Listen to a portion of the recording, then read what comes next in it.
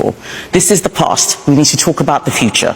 There are many countries now who want to use guilt to try and exploit the UK. They ask for reparations. I saw it as a trade minister. It's not culture wars. I was at the WTO. I won't name the minister from another country, and he was telling me that we needed to give up some of the things that we were doing because of colonialism and because they needed time to develop. These arguments are a scam. Don't fall for it. We need to make sure that we put this country first. We work well with our neighbors, we work well with other countries, but we have to look after ourselves too.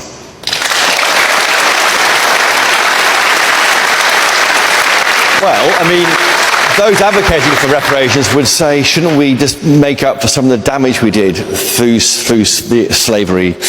As a black woman saying that, they may find that hard to understand from you. Well, there are many things that the British Empire got wrong, but there are many amazing things that the British Empire also did. And we need to be honest about that and stop pretending that it was all bad. The British Empire ended slavery, the Atlantic slave trade. We need to talk about that more. You see, as the Nigerianness in her, you know, we've reached out to her once or twice without any response. So we don't force people to accept to being Nigerian. So if you appreciate the Nigerianness in you and you want to work with us, we're open to everybody, but we cannot force you to appreciate the Nigerianness in you. You remember the Miss Universe Nigeria in South Africa? She until she got into a little problem with South Africa, and she identified with Nigeria, came to Nigeria, we hosted her, received her warmly. Right. Listen, as long as that blood in you, you are Nigerian. So it's that to Kemi to decide whether she appreciates the Nigerianness in her, whether she wants to work with Nigeria, but we'll be glad to, but we cannot force anybody. There are some who will tell you that, I don't like that, your country. We can't force them, but we work with thousands of millions of Nigerians who are proud to be Nigerian despite the challenges. I would believe that no matter what, we are simply the best in the world. And despite our challenges, we'll get to where we truly belong, the top of the mountain. All right, so this news has been a trending news in Nigeria since yesterday. All right, so where a Nigerian minister came out on national TV to say that they have tried to reach out to Kemi Badenoch, and she has snubbed them over and over and over again. Now, in case you don't know, Kemi Badenoch is the first black woman to become the leader of a major consecutive party in the United Kingdom. All right, so this woman is really a great woman. So recently, Nigerian government has tried to reach her over and over and over to, you know, go through her to block anything that has to do with Biafra, of course, you know. And this woman snubbed them and say, come out me for anything where concern Nigeria. Come out me for anything where concern Nigeria. My hand be no day for anything where concern Nigeria.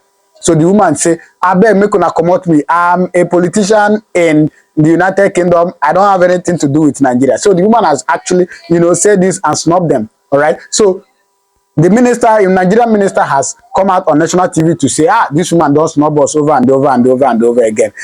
So make we wait. Anytime when something happened to her, I know she will come back.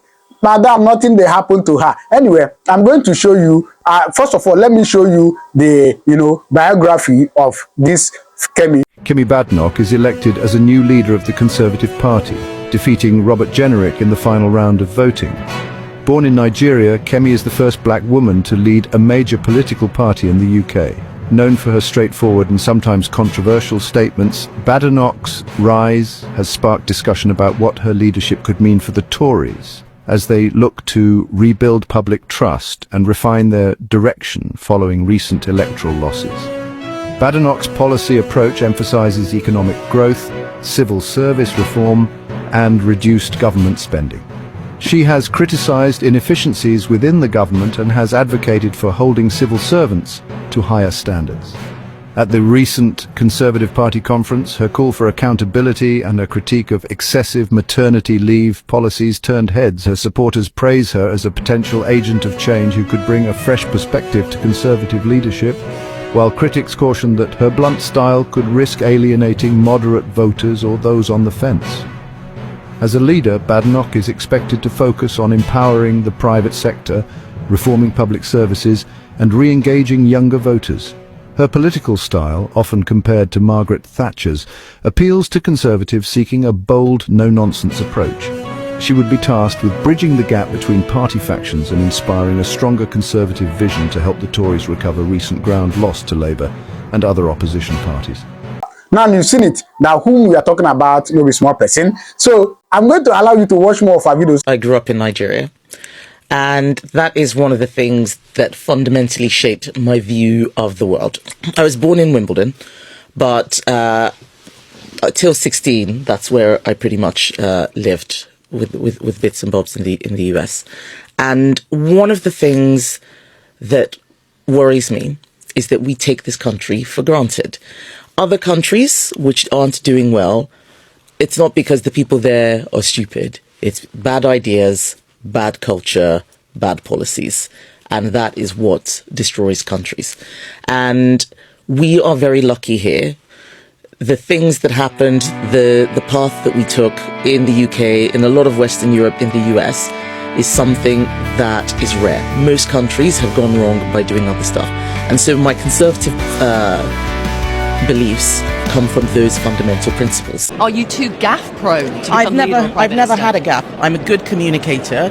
I'm somebody who has worked in all sorts of different places before going into politics, so I've got a strong hinterland, and I think that I would bring people together. All of the people who worked with me are in the department as ministers. They're all on my team because they know that I'm a good leader and I would do a good job.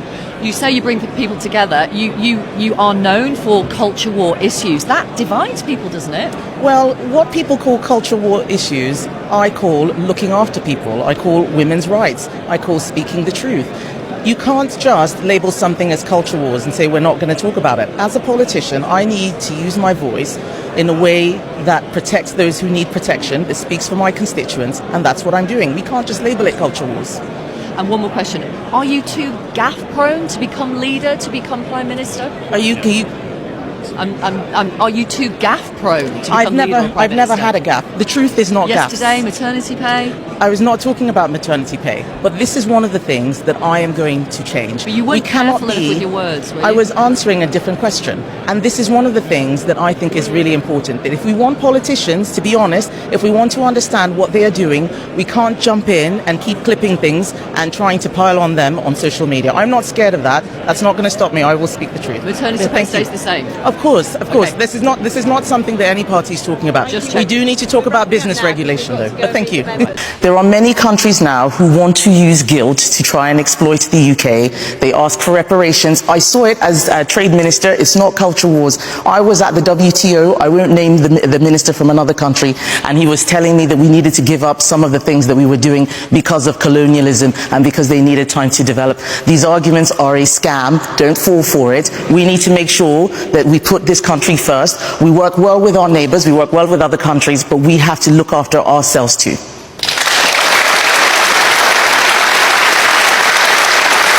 Well, I mean, those advocating for reparations would say, shouldn't we just make up for some of the damage we did through slavery? As a black woman saying that, they may find that hard to understand from you. Well, there are many things that the British Empire got wrong, but there are many amazing things that the British Empire also did. And we need to be honest about that and stop pretending that it was all bad. The British Empire ended slavery, the Atlantic slave trade. We need to talk about that more. Channel, drop your comment on the comment section, all right? And don't forget to subscribe to this channel, all right? Thank you and God bless you.